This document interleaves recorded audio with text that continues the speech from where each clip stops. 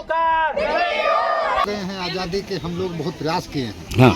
विधायक जी के पास कम से कम बहुत बार गए हैं, चक्कर लगाए, विधायक जी से कहें, एसडीएम साहब को वहाँ ये गए हैं, वहाँ से धौली में तहसील, तो वहाँ कई बार हम बोले हैं, मतलब कहीं ना आ जाएगी। जब इलेक्शन आता है नंगचा जाते हैं सब लोग कि वोट दो फलान आ जाएगी, बना दो हमको विधायक बना दो या मंत्री बना दो, संसद बना दो। संसद आर के चौधरी भी बने, यहाँ से जीत कर गए, मोहनलालगंज पहुँचे, वो भी उनके वहाँ घर पर हम गए 2 बार से दौड़ के। एक एप्लीकेशन लिखे हमारे नाम की है वहाँ, वो भी हम यहाँ जमा करवाएं इसलिए धौली में, उसके बारे में भी कुछ नहीं। लेकिन अब तक लाइट नहीं है, अभी तक लाइट नहीं आई। प्रयास लगातार आप प्रयास लोग लगातार अभी जारी है और प्रयास कर रहे हैं कि आज आ जाए, महीना मेरे 15 दिन में 20 दिन में, यही बार सुनते चले आ रहे हैं। अब देखो जब तक आवे, प्रयास में जुटे हैं। क्या नाम आपका? रामचंद्र। पता है आपको?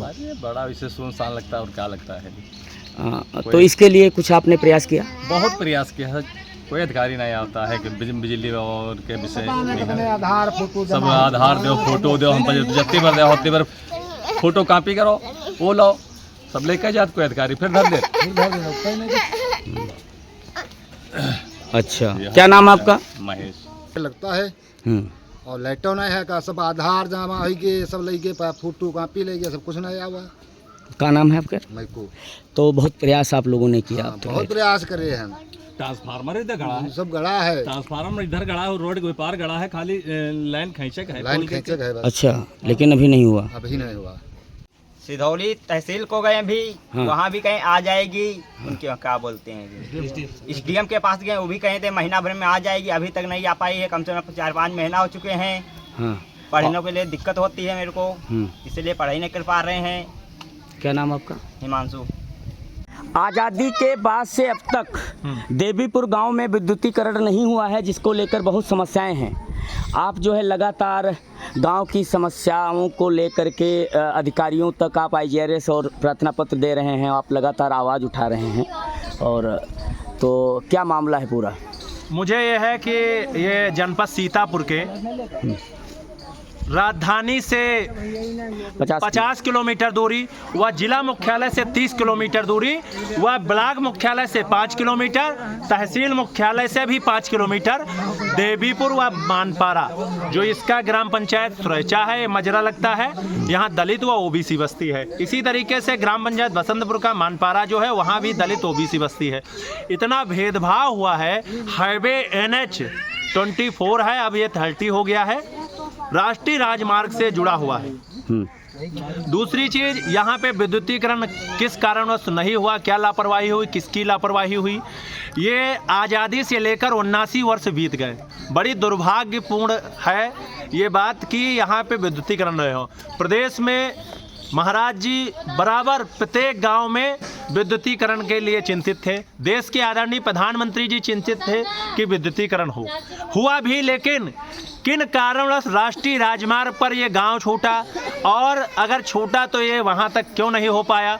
अब जैसे बात रही क्या अन्य गांव में सब बजट हर गांव में गया है, भाई सरकार ही हर जगह सब व्यवस्था कराती है और वो सिस्टम से लगता है, अधिकारी उसका सर्वे करते हैं, लेकिन यहाँ पे इनके साथ भेदभाव हुआ है।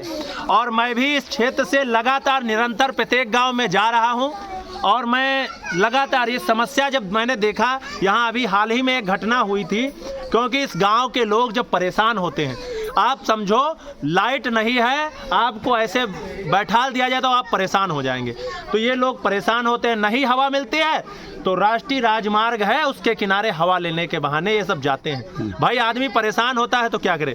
दूसरी समस्या इस गांव में सबसे बड़ी समस्या है, जो हमारे युवा साथी हैं, इनकी समस्या ये है कि इस गांव में युवाओं की शादी नहीं हो रही है।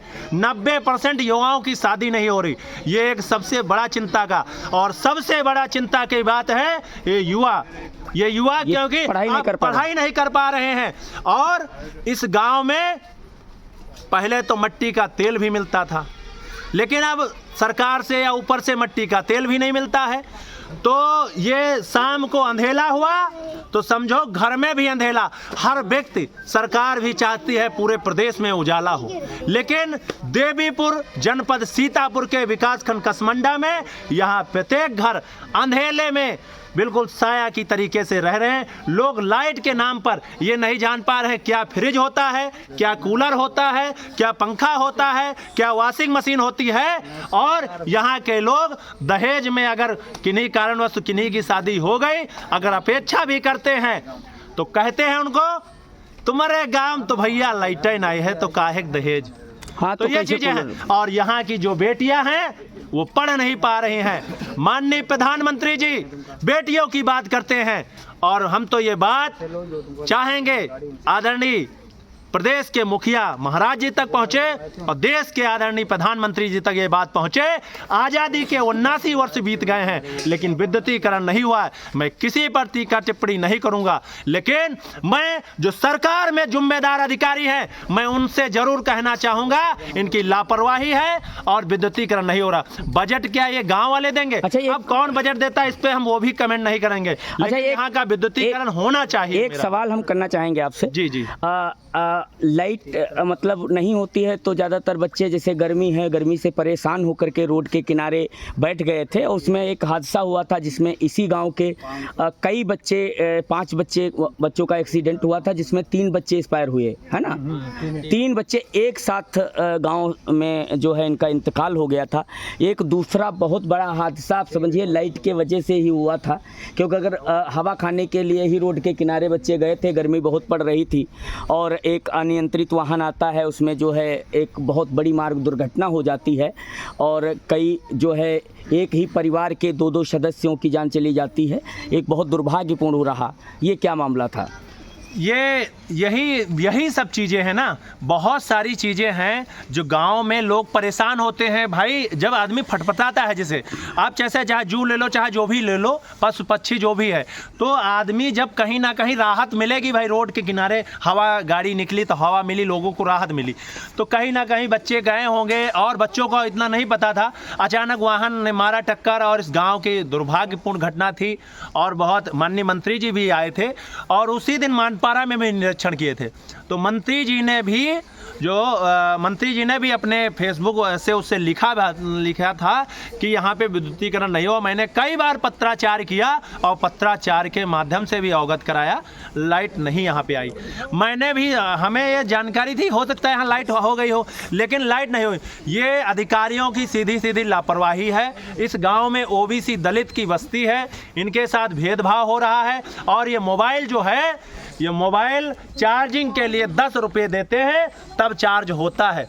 आप सोच लीजिए इस गांव के लोग क्या लाइट पा पाएंगे कि नहीं पा पाएंगे। आज़ादी के 79 वर्ष हो गए। मेरी मांग है, मैं इस लड़ाई को लड़ूंगा।